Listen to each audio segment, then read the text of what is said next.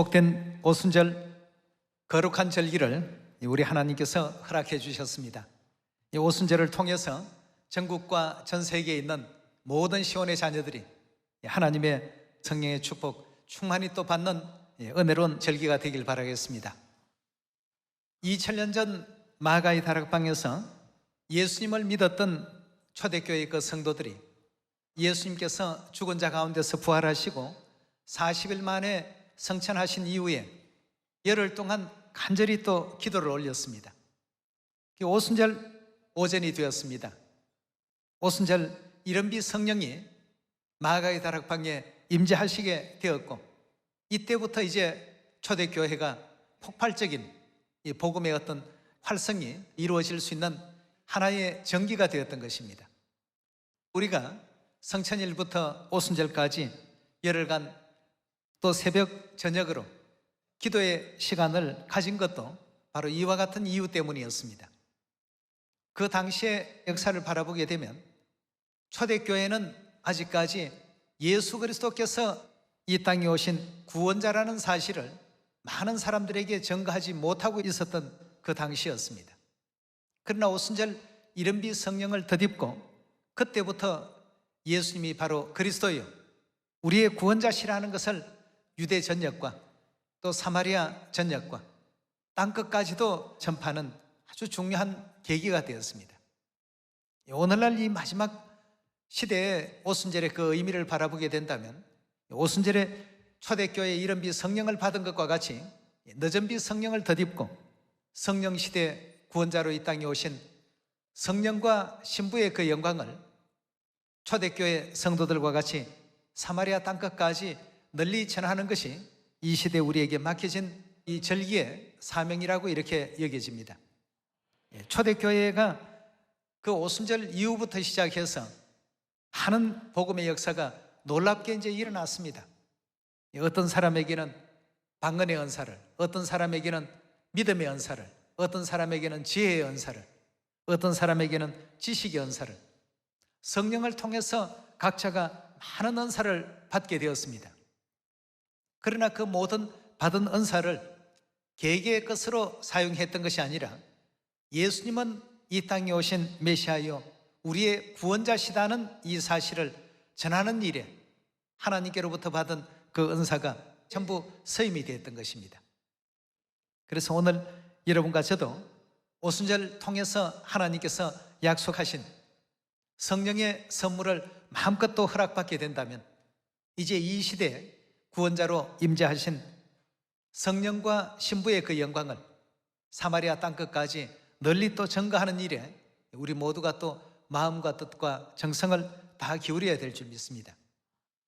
2000년 전 그 당시의 오순절의 역사를 함께 살펴보도록 하겠습니다. 사도행전 2장 1절의 말씀 함께 보겠습니다. 오순절 날이 이미 이르매 저희가 다 같이 한 곳에 모였더니, 그 1장 그 위쪽을 바라보게 되면 열심히 기도했던 그 장면들이 등장하죠. 1장 15절 잠깐 볼까요? 모인 무리의 수가 한 몇 명이나 되더라고요. 120명이나 되더라고 했습니다. 그럼 120명이 예수님께서 감람산에서 성천하신 이후에 오순절까지 열흘 동안 모여서 무엇을 했는가? 1장 12절입니다. 제자들이 감람원이라 하는 산으로부터 예루살렘에 돌아오니 이 산은 예루살렘에 가까워 안식일에 가기 알맞는 길이라. 들어가 저 이유하는 다락에 올라 베드로, 요한, 야고보, 안드레, 빌립, 도마와 바돌로메, 마테와 및 알페오의 아들 야고보, 셀로딘, 시몬, 야고보의 아들 유다가 다 거기에서 여자들과 예수의 모친 마리아와 예수의 아우들로 더불어 마음을 같이하여 전혀 기도에 힘쓰더라 하고 했습니다. 자, 예수님 성천하신 이후 열흘간 간절히 기도에 힘을 쏟고 드디어 2장 1절에 오순절 날이 돌아오게 되었습니다. 오순절 날이 이미 이르매 저희가 다 같이 한 곳에 모였더니 호련히 하늘로부터 급하고 강한 바람 같은 소리가 있어 저희 앉은 온 집에 가득하며 불에 혀같이 갈라지는 것이 저희에게 보여 각 사람 위에 임하여 있더니 저희가 다 성령의 충만함을 받고 성령이 말하게 하심을 따라 다른 방언으로 말하기를 시작하더라 하고 했습니다. 사도행전 2장의 그 역사를 보니까 성령의 선물이 허락된 날이 바로 오순절 이 절기가 되겠습니다.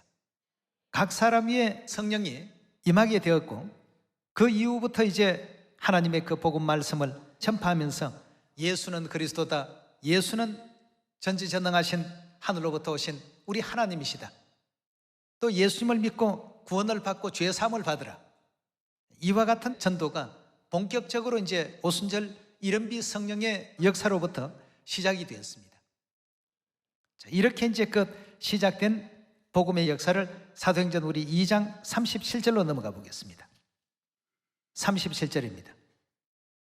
저희가 이 말을 듣고 마음에 찔려 베드로와 다른 사도들에게 물어 가로되 형제들아 우리가 어찌할꼬 하거늘 베드로가 가로되 너희가 회개하여 각각 예수 그리스도의 이름으로 세례 즉 침례를 받고 죄 사함을 받으라. 40절의 말씀 보도록 하겠습니다. 또 여러 말로 확정하여 권하여 가로되 너희가 이 패역한 세대에서 구원을 받으라 하니 그 말을 받은 사람들은 세례 즉 침례를 받음에 이날의 제자의 수가 얼마나 되었다고요?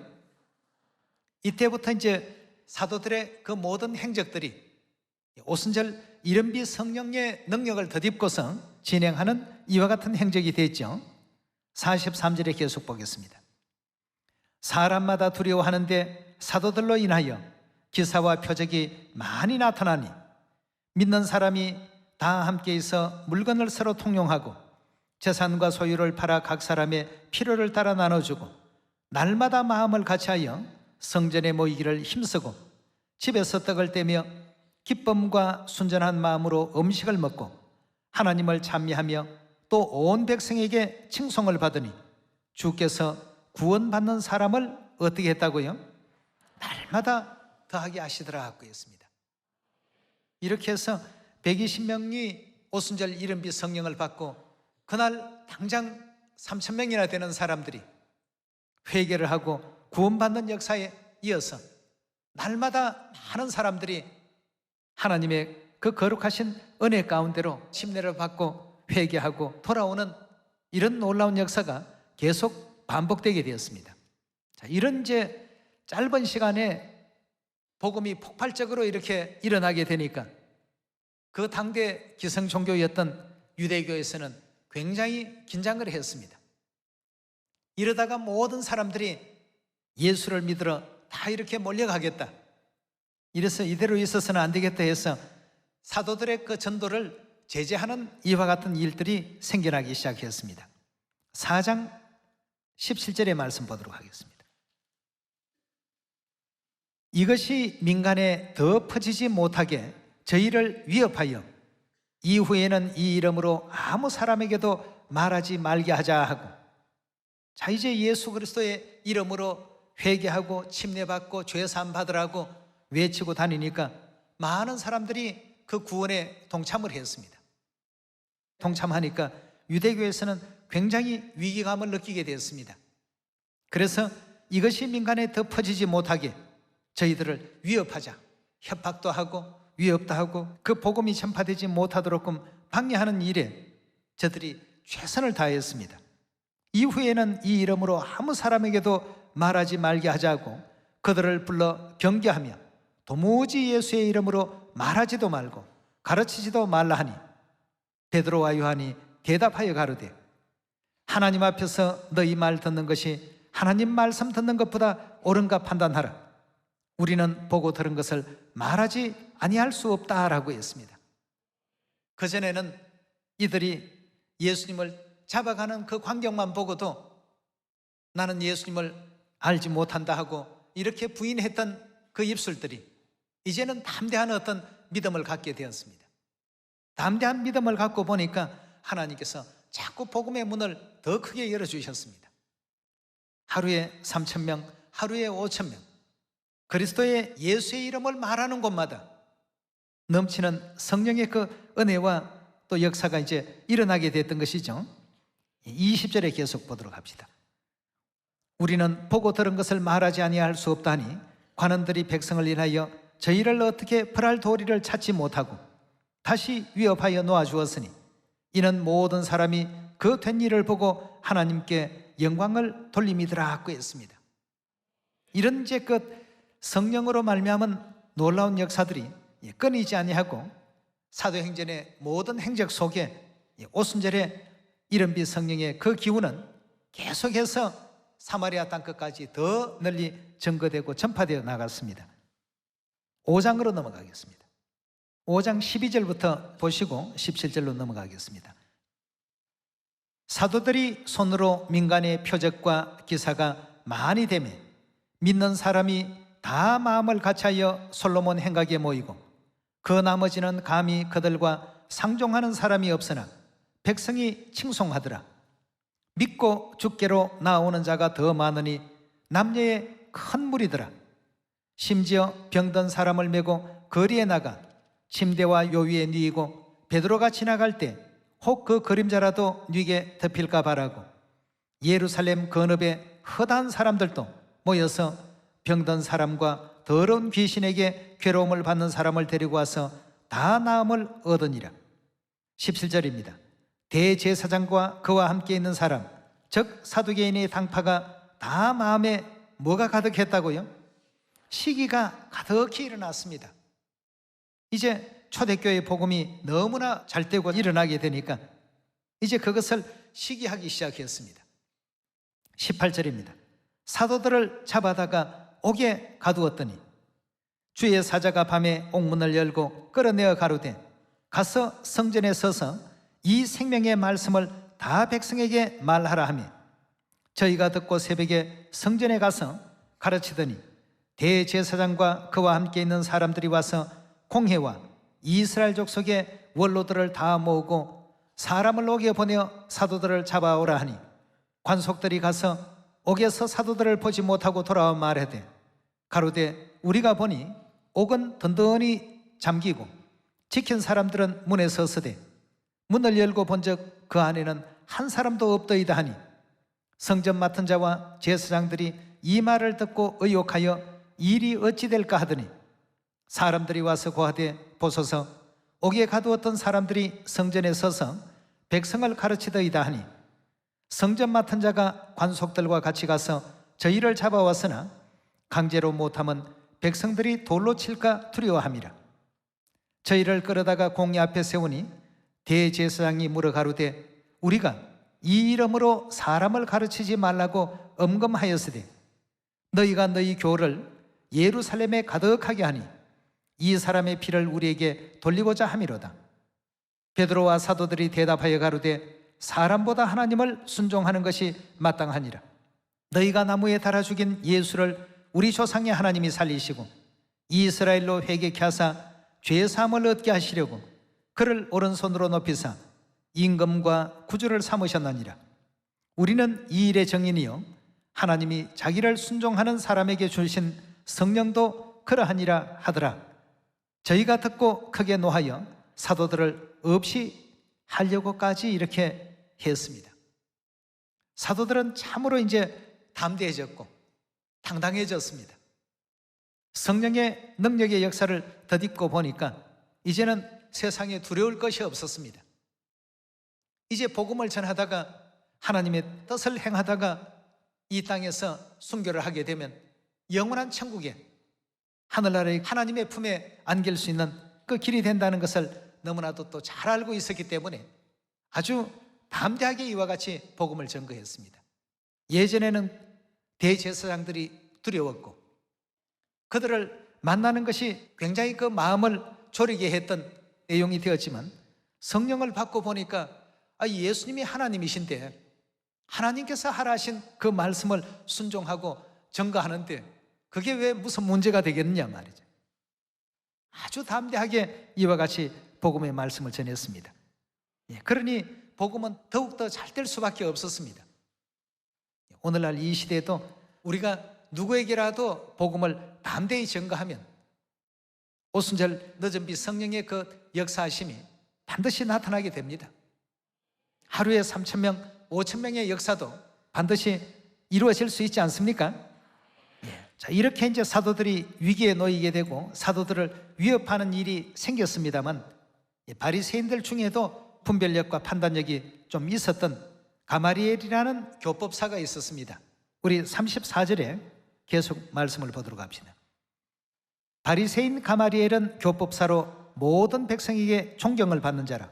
공회 중에 일어나 명하여 사도들을 잠깐 밖에 나가게 하고 말하되, 이스라엘 사람들아, 너희가 이 사람들에 대하여 어떻게 하려는 것을 조심하라.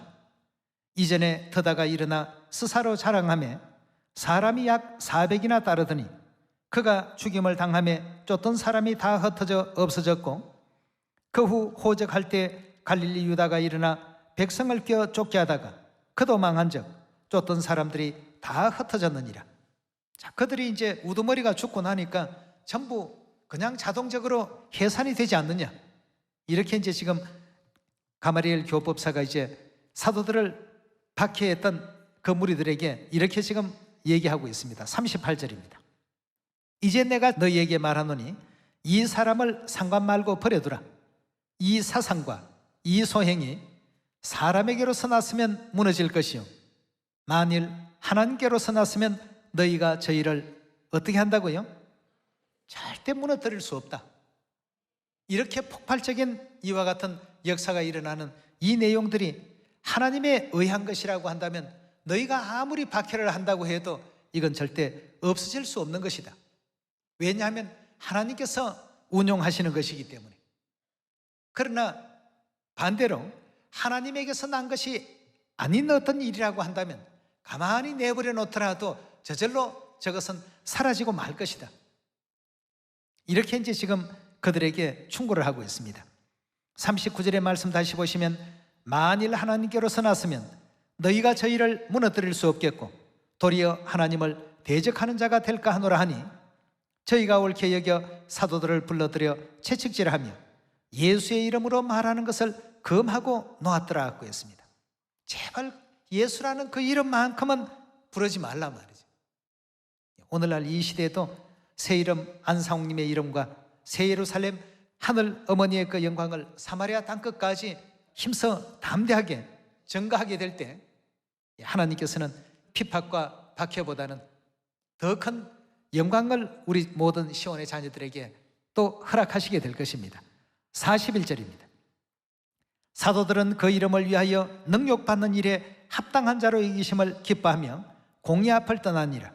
저희가 날마다 성전에 있든지 집에 있든지 예수는 그리스도라 가르치기와 전도하기를 쉬지 아니하더라 하고 있습니다. 전도의 주제가 딱 나왔습니다. 오순절 이른비 성령 받고 예수님은 그리스도라고 가르치는 일이 가장 또 중요한 일이었고, 그 예수님을 믿기만 하면 다 구원을 받을 수 있다는 이와 같은 그 가르침이 예루살렘으로부터 시작해서 온 세계에 전파되기 시작했습니다.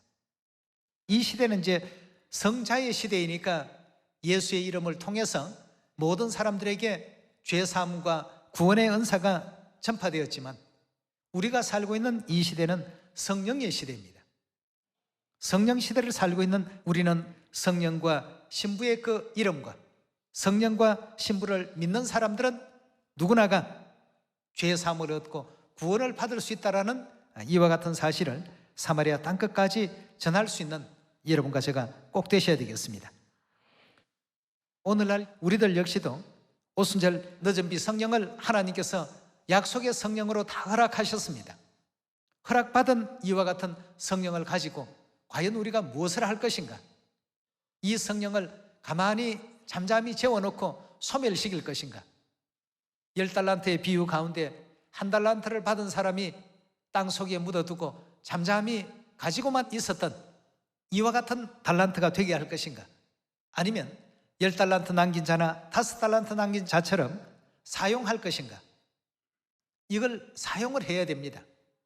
사용했던 두 사람은 하나님께로부터 축복을 받았습니다.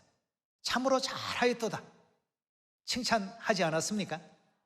그러나 묻어두었던 사람은 칭찬이 아니라 예수님께로부터 굉장한 책망과 최후에는 징계까지 받게 되는 이런 사실이 마태복음 25장에 기록되어 있다는 것은 우리가 또 너무나도 잘 알고 있는 내용들입니다. 성령의 은사를 누구에게나 다 지금 허락하고 계십니다.